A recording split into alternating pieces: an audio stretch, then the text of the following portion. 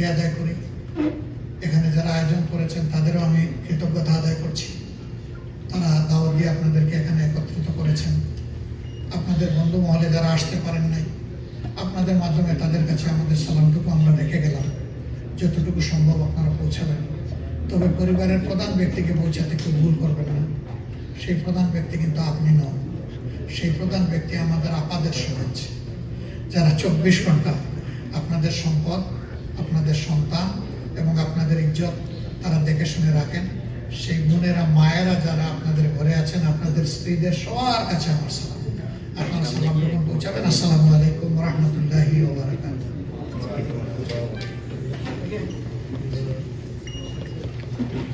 জি, অনেক ধন্যবাদ প্রিয় সাংবাদিক ভাই এবং বোনেরা।